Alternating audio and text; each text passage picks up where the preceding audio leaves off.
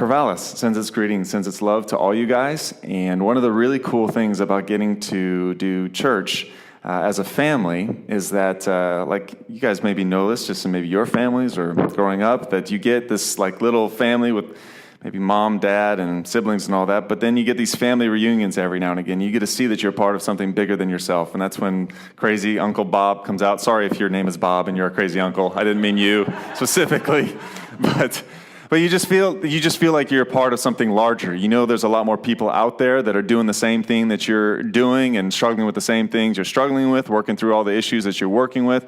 And at the end of the day, they've got your back. If all falls apart, Corvallis is not so far away that we wouldn't all rush down here and do whatever needs to get done to help you guys out. We're really excited for this church, for the Zonners, especially, and what's going on here. And it's just I've been looking forward to this moment for a really long time to be able to be here, to share with you guys, and to meet a lot of you and get to see your faces. And I hope to be here many, many more times to walk with you along this journey that we're on. And as I understand it, you guys have been talking about love, sex, and relationships. That's like the holy trinity of fun things to talk about. Pretty sure. And you guys have been all through kind of the spectrum of those sorts of things. And I got invited to talk about breakups. When relationships go bad, when good relationships go wrong. Because unfortunately, it's a very normal aspect of life. And I know for many of us that to love, sex, and relationships, as interesting as it is, and especially when you start talking about God or Jesus or Bible, and you want to talk about those topics, like what does the Bible has to say about that? Well, it has some incredible things to say about that. Some amazing wisdom, insight, things that can really transform not just your life, but your relationships as well. But I think all of us come with the reality that relationships have not exactly lived up to the total ideal that maybe they were meant to be. And many of us have relational histories or baggage or problems. I still remember, actually quite vividly, my first breakup. And her name was Vicky. And she was the love of my life. At 13 years old, I was convinced. I was head over heels over Vicky. And I remember one day I came to school and I had gone and scraped up all the change from the couches in my house, because that's what love does. And I went out and I bought her favorite flavor of bubble gum. I bought her some watermelon bubble gum, and I came to middle school and I gave her this bubble gum, and I was expecting this warm smile and a big hug, and like, oh my gosh, you're the best 13-year-old boyfriend any 13-year-old girl has ever had, kind of thing. And instead, I kind of got an awkward grin, and she kind of turned her back. And then I found out 2 periods later that she had broken up with me without telling me through her best friend. And my little heart was shattered. And it was my first awakening. That as great as this idea of relationships and love can be, it can also be the flip side of it, which nobody plans for. Nobody like goes on Tinder, swipes right, and think you are going to be a great ex-wife someday. Or no one thinks that. Like, you don't go on Facebook and say, that would be the ex-boyfriend of my dreams, I think, right? That no one plans for these things, but they happen. They do happen. And the reality of how good relationships are supposed to be, and even how good marriage is supposed to be. And I've been married to the true love of my life now it'll be 14 years this June. Yeah, that sounds like a long time now that I'm saying it out loud. So I feel younger than that, but maybe I'm not. There's a beautiful dimension to what it looks like to have healthy relationships, and whether they're obviously in the context of dating and marriage, or even if they're just deep levels of friendship.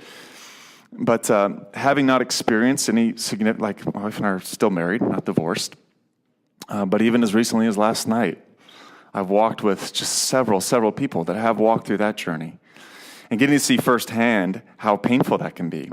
And sometimes as much as you would like to find an easy solution to the problems that can come in the context of relationship, they don't always come.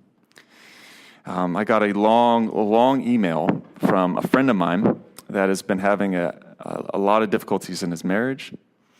In fact, his wife had committed adultery for the second time, and it's not looking good. And what is so painful about it is he's trying to do everything right to save his marriage. Everything he knows to do. And he's reaching out to everywhere he can possibly think of to find the wisdom that's going to just magically fix it. And the jury's still out on whether or not it can be fixed. Because he's finding out the painful reality that you just can't change people. And sometimes really bad stuff happens, and boy, you just can't control how sorry someone is or whether or not someone wants to change. And there's just this, sorry, I went really dark there for a moment, but there's just this reality to relationships, and some of us know this by experience, that they take turns that you weren't expecting. And so what do you do with that? How do you live in a world that is not perfect and ideal? And sometimes we have this view, especially when we come to church, that church is this place of shiny, happy people. They have it figured out, and they've never failed. Like, they've never failed. They've all their relationships are up and to the right, and everything is all good. And the reality is that church is much more, I think, the embodiment of what the name of this church is. It's a mosaic. It's a collection of broken pieces put together, trying to figure things out in the midst of their mess. And so rather than being a place full of perfect people, it's a place full of quite imperfect people that have met a perfect God and that loves them somehow in the midst of their mess and is offering them pathways towards wholeness and health and healing.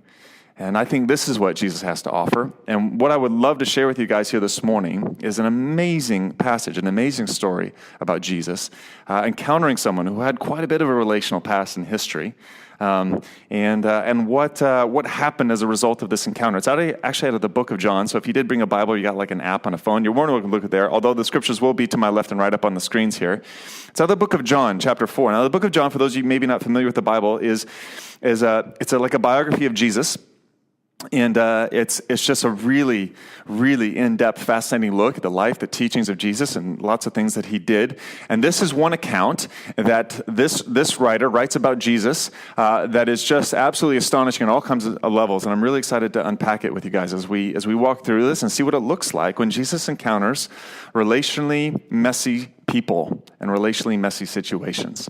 So Jesus had to go through Samaria. He's on a little bit of a road trip, headed back to his home territory, which is up in the northern part of Israel. He happens to be in the southern part. But to go from the south to the north, you have to cross through kind of the in-between zone, which, like, I guess in the Eugene Corvallis context would be like Harrisburg, Junction City. We'll call it Junction City. So he's kind of in that kind of a zone here, which is known as Samaria. Now, Samaria has already got a lot of loaded baggage to it. And if you were going to read this in its original context, lots of triggers would be going off in your mind. Because Samaria is where everyone that you would ever hate lived. The people of Jesus' day, the Jews of the day, hated Samaritans. So if you had to go through Samaria, you didn't want to stay in Samaria. You didn't want to hang out in Samaria. It was those people. It would be as bad as like the South, like during like the full-on like racist Jim Crow days. Like if you're black, you just want to just keep moving and hope your car doesn't break down as fast as you can. Like it's just this idea. Like these are the people that we don't like. It's dangerous. We're outnumbered in this place. You just want to move through as quickly as possible. But he stops there near a town called Sychar and near the plot of ground that Jacob had given to his son Joseph by a well. And there, Jesus was really tired because it was a really long journey. And so he sat down by the well. An important little detail is added here is that it was about noon. Now, one of the things you need to know about the Bible is that there's all kinds of times when you get interesting little details inserted into it. But the Bible does not waste literary real estate. It can't. Because you got to remember, it's not dealing with like a Kindle version, like being written, right? There's no like blog post where you can just kind of rant on and on and on. And you can't even just go pick up a nice little like notebook from Office Depot to write your stuff on. We're talking about very, very valuable resources in order to record down ancient writings. Both papyrus as well as like the animal skins that they would dry and they would write upon were very, very expensive. Very expensive. And so in order to be able to capture these moments of Jesus that have been preserved through oral traditions and so forth and kind of write down the best ways for us to understand Jesus throughout generations, you don't get to waste words. You have to figure out exactly what you want to say and figure out exactly how to say it in the least amount of space possible. And so when you don't just throw in random details like we would. We say, well, it's about noon. And we think in our head, well, this is kind of the way the modern story, it was about noon on a sunny day, and the sun was beaten down on the brow of Jesus as a drop of sweat trickled down his cheek. Well, the gospel writers would never, ever do that. Yes, it's like, that sounds like a good, nice little Western movie or it's happening here, like a J.J. Abrams flick or something like that. But that's not the way that they would write. If they included detail, it's because it's actually incredibly important to understand some sort of context of the story. And noon is about to show up here, why that detail would be there. Next slide. So when a Samaritan woman came to draw water, Jesus said to her, "Will you give me a drink?" Because his disciples, all the guys he'd been traveling with, had gone into town in order to buy food. So the Samaritan woman said, "You're a Jew, I'm a Samaritan, we are oil and water. That's weird. What are you doing? How can you ask me for a drink?" And Jesus answered her, "If you knew the gift of God and who it is that asks you for a drink, then you would have asked him," meaning me, "and he would have given you living water." So already, Jesus has very interesting interactions with people. Would you agree? That's just an odd conversation. "Can I have a drink?" "Why would you ask me for a drink? We don't get along." "Well, if you had asked me for a drink, I would have given you even better water than you could pull." Well, I wasn't thinking of that. Thank you for suggesting that. Let me see if I can unbeard this thing. There we go. Here's a little bit of the basic idea that's going on here. A, Samaritans were not friends of Jews or vice versa. B, men and women in this culture don't exactly get along very well either, meaning that it's not appropriate for a man alone to be talking with a woman alone that he's not married to. This is a very, very controversial encounter that's happening here, incredibly so. And remember that little detail that we were given, that it was noon when Jesus sat down by this well. It was very common in Jesus' day that the women would be in charge of gathering all the water for their family's needs for the day, but they would typically do that in the very beginning of the day in the early morning hours, because that's when all the stuff for the family begins, right? That's when all the work begins. That's when you need the waters at the very early part of the day. And not to mention the fact that was actually when it was most coolest, so it made the however long round trip you'd have to make most bearable. For a woman to go at noon meant that she was trying to avoid the rush hour traffic. She didn't want to go when all the other women were going. Meaning that, on some level, this woman has some kind of social stigma. We already know this. She's got some kind of social stigma to her that would make it uncomfortable for her to be around the other people from her town.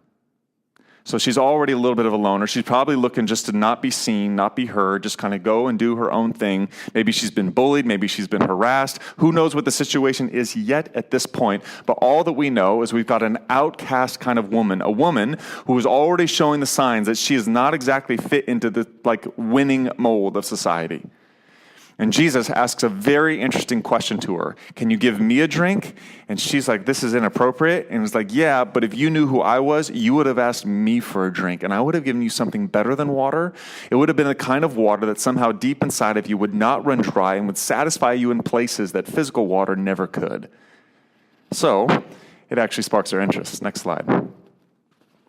The woman said to him, "Sir, give me this water so that I won't get thirsty and have to keep coming here to get and draw water," because who would want to do that? And this is a giant adventure and missing the point.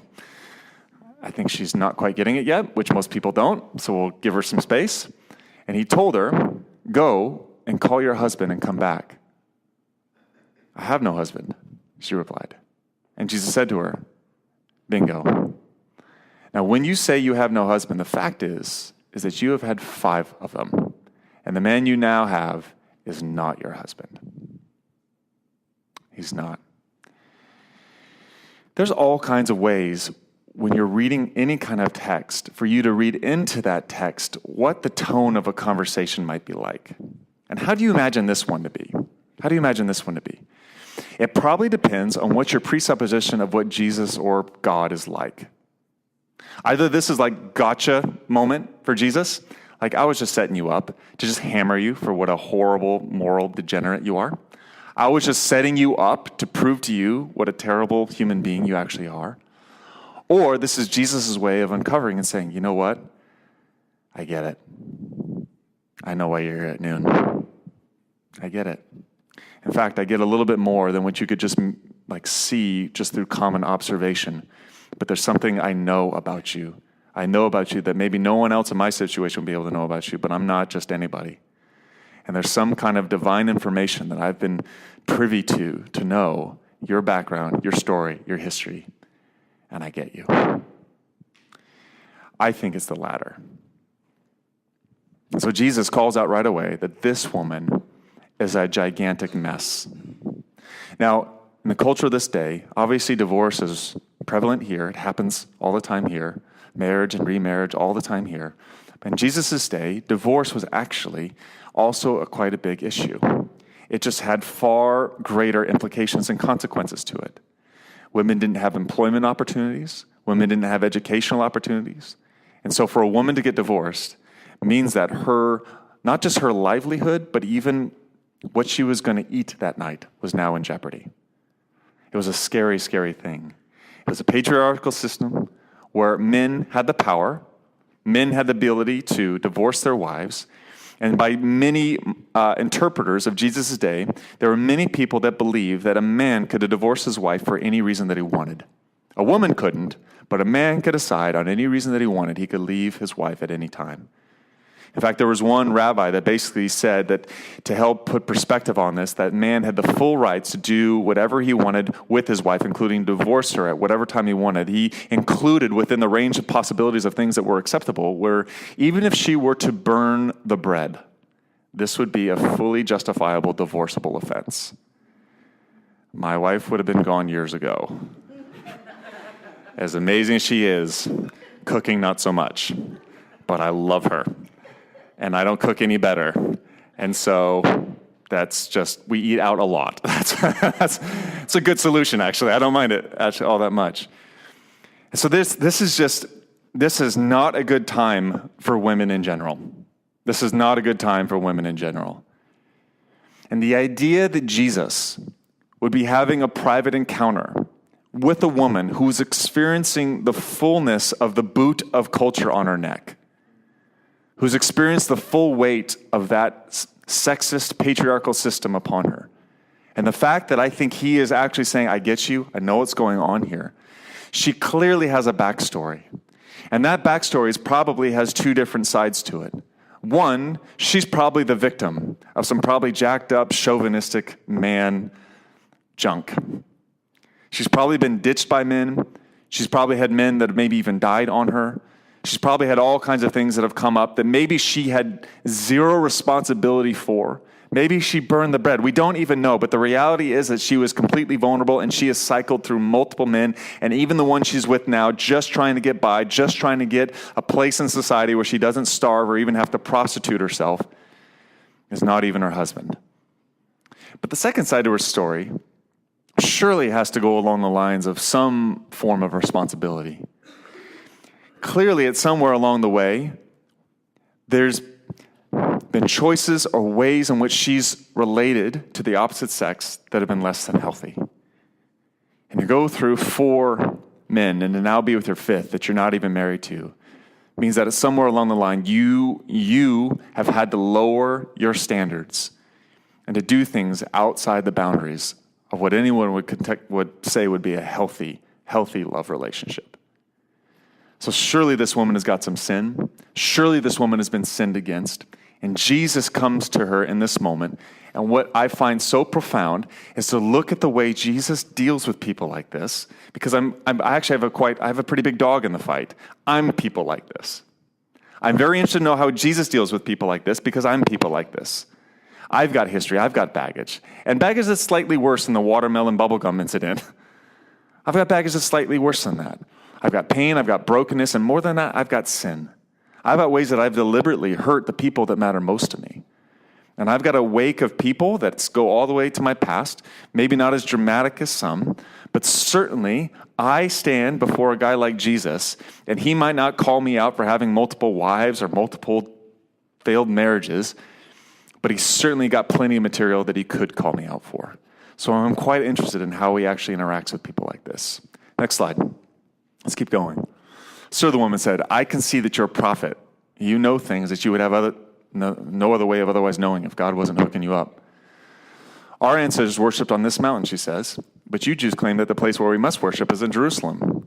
Woman, Jesus replied, believe me, a time is coming when you will worship the Father neither on this mountain nor in Jerusalem. Yet a time is coming and has now come when the true worshipers will worship the Father in spirit and truth. And how many people just feel like, wait a minute, this just took a turn into crazy town? I thought we were having a really intimate conversation about a relational history and brokenness, and now we're having a conversation about mountains and worship. Anyone? This woman was impressed by what Jesus just did, and knowing that he carried some kind of divine or theological weight to him, has now decided to pose one of the most divisive issues in the Samaritan Jewish debate, aka, which mountain do you worship on? Because religious people seem to have had this problem for a long, long time. Divided debates about where and how worship should look like, and we get really angry at each other over it. It's not very new, but look what Jesus does here. Look. This mountain, that mountain, it's really not the point. What is the point is where the story is headed. And worship is not going to be about where you worship, or even the traditions or rituals by which you worship, but it's going to be the God in which you have a relationship with, that you come to and able to relationally worship him, no matter where you are. Next slide. So the woman said, I know that the Messiah, which means a king or anointed one, is coming. And when he comes, he'll explain everything to us. He'll help us sort out this whole spiritual mess. And Jesus declared, I'm telling you, I'm that dude. I would have loved to seen her face.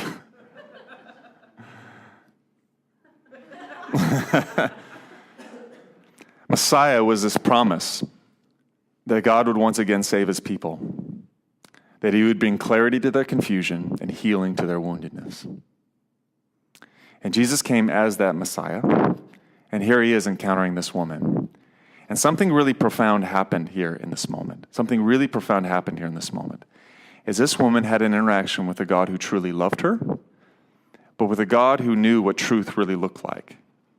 He knew she had issues, but he had enough grace to not only meet her in her issues, but to help her move beyond them. And one of my favorite parts of the story is not what Jesus has done so far for this woman, but what this woman is actually about to do for Jesus. Let's go to the next slide, I think, if we can. Yeah, great. So a little bit further on in the story, the woman actually goes back to her village. And it says this, that many of the Samaritans from that town believed in Jesus because of what the woman told them about him. He told me everything I ever did, she said. So when the Samaritans came to him, they urged him to stay with them. Dude, you got to hang out. And he stayed 2 days. And because of his words, many more became believers. There's a couple of things I want to process about this woman. We can go to the next slide. This woman had a couple of really big issues. A, she was very relationally broken, but B, she was very spiritually confused. And you notice this because the second that Jesus actually taps into the reality that she's relationally broken and he actually has got some of the spiritual goods to himself, she immediately tries to throw in a rabbit trail down some weird spiritual worshiping mountain kind of a question. It seems weird to us because it's meant to be weird to us. It's meant to be a little bit weird. Why is she making this issue no longer about herself, but about some big culturally divisive debate? And the reality is that it exposes that spiritual confusion and relational brokenness seem to go hand in hand. That there's no sense in which, man, my love life is a mess, but my spiritual life is doing great.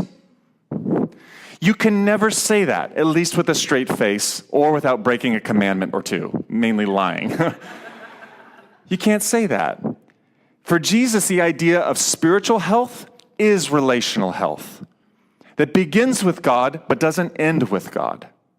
The idea of being in love with God, but in really broken relationships with others, it doesn't fit in Jesus' paradigm for how he's created us to actually live. And all that she's revealed is, man, there's some really weird, confusing things that she's been taught about God, that she believes about God, and that she's using to worship God in maybe some ways that aren't right or appropriate. And somehow this is connected to the fact that she is a deeply relationally broken person all around. And when Jesus encounters people like this, he doesn't just deal with their practical problems or give them marriage advice or give them relational tips just to help them get past their drama. He actually helps them by come to like a truth of where they really sit with him, and then to help them encounter his grace to truly become relationally whole. The idea of Jesus is why he is such good news to me. He's the only one I know that could come into a world as messy as ours, to encounter women as messy as me and her, like people like us, and actually be able to sort through the confusion and the chaos, to speak truth in the moment that could actually lead us to a place of clarity and healing. And when this lady encountered Jesus, it's not as if her life was magically fixed, but one thing she did is she went back and told everybody about him. When broken people find Jesus, they find a journey of healing that begins, and when that happens, they can't help but share it. Have you ever heard the adage that hurt people hurt people? I'm a pastor. I see it almost every day. Hurt people hurt people. People abused as children are far more likely to abuse people when they get older. People that grow up in very angry, volatile households have a tendency to exhibit that stuff themselves. You would think, and I've counseled so many people that weep in my office and tell me, the last thing I ever wanted to be was like my dad or like my mom or like that whoever that did this to me, but it's the only thing that seems to most naturally come out of me when I'm in those stressful times and seasons. Hurt people hurt people. This is just, it's true. But you know what's also true? Is healed people heal people. And what Jesus never requires is the people who have all their stuff together, who have lived their lives perfectly, who have made all the right relational decisions, and have never actually had any meaningful fracture of a relationship in their life. He's not looking for perfect people. He's looking for broken people that are willing to be honest and open enough with their brokenness that they might actually be able to find healing from him. And once they do, that are willing to spread that healing. And what it does is brings together broken people that we can somehow fit together in the most imperfect of ways, but we're fit together by the glue of Jesus, one who is perfect, one who can heal, one who can like sand out our rough edges, one who can find ways to connect us meaningfully, even though we're not operating from just complete ignorance anymore or naivety anymore. But even though we have experiences and we have baggage and we have issues, the hope of Jesus is no matter what you have been through, he can lead you through it. He can lead you to a place that's better. And more than that, it's going to have ripple effects to everybody you know. I find ridiculous that I get to do what I do. I've gone to like school, I've read books, I've kind of been trained, quote unquote. But most days when I wake up, just being a follower of Jesus, I feel entirely inadequate and unqualified. Even like if I were even just sit down and talk with many of you, you have stories and lives and complications and problems and issues. And if you were to even ask me for advice, I would look calm and cool and thoughtful about it. But in my head, I'm going, oh, geez, I have no idea. If you ever do counseling with me, that's just a small tip. In my head, I'm panicking. In my face, I look calm. I'm like a duck that way. Everything under the water is going nuts. Everything up top looks fine. I have no idea what I'm doing most days when I wake up. I have no idea even what to expect when I wake up. But something happens when broken, messy, unqualified people meet a perfect Jesus who does know us and does know what to do, who has grace that can meet us no matter where we're at, and who can bring us alongside people that if we're willing to lay down our self-righteousness and judgmentalism, if we're willing to lay down our guard and defensiveness, we could actually find the people to which God might align us with who could say, you're struggling with what? Oh, me too. You've gone through what? Me too. And because of that commonality, we can together seek what it looks like to find healing in Jesus, wholeness in Jesus, so that our past does not have to define our future.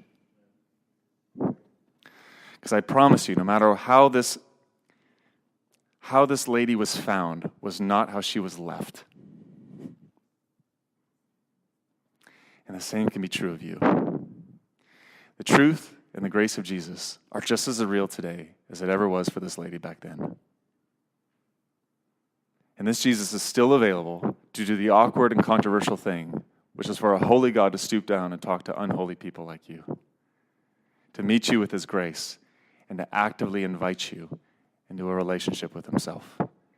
To give you so much grace that it will pour out of you, like even your pores will just sweat the stuff, so that everyone you come around will encounter it and taste it and be drawn to him as well. This is the way Jesus works. This is the way a homeless rabbi has a movement with billions of people now. Because when people taste his grace, they can't contain it. When people experience their brokenness being touched by his healing, they know it's got to spread to others as well.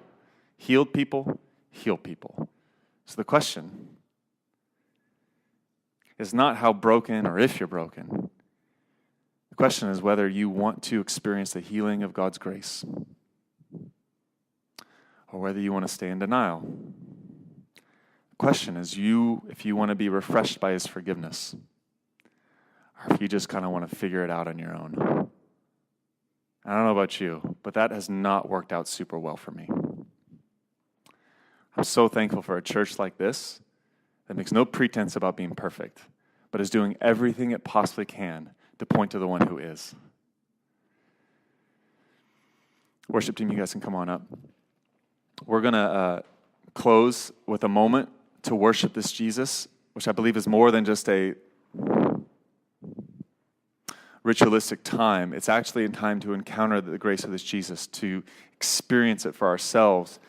And there's communion that's available. The bread and the cup, they're to my left and my right, just up here by stage, which is this amazingly appropriate thing that we can do here this morning.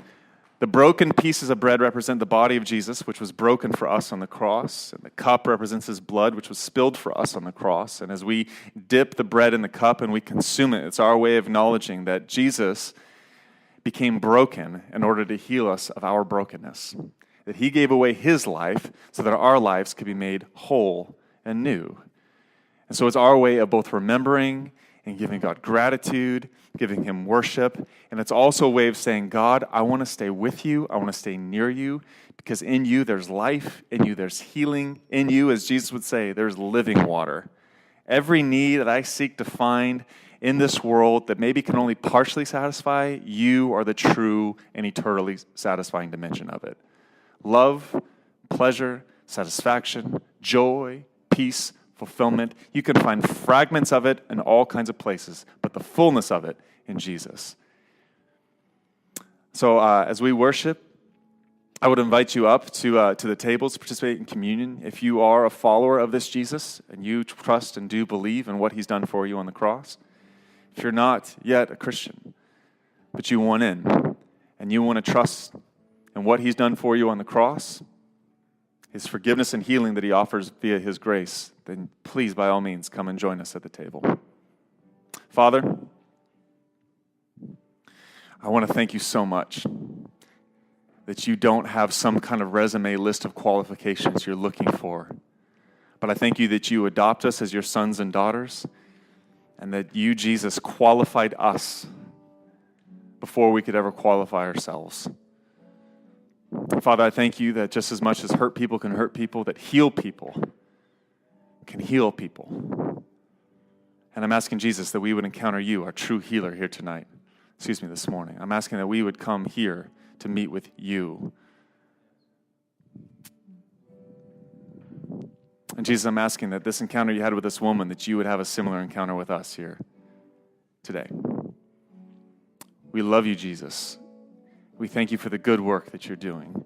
Please don't stop. Please don't quit. Even when we want to, God, please continue to move us forward. We trust you, and it's in your name we pray.